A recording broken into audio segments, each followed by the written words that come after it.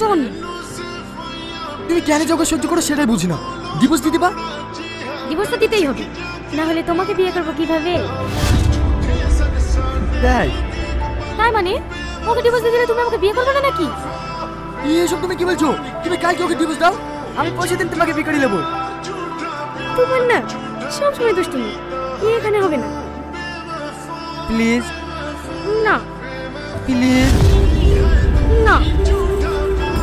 Please. আচ্ছা আচ্ছা ঠিক আছে, দিচ্ছি।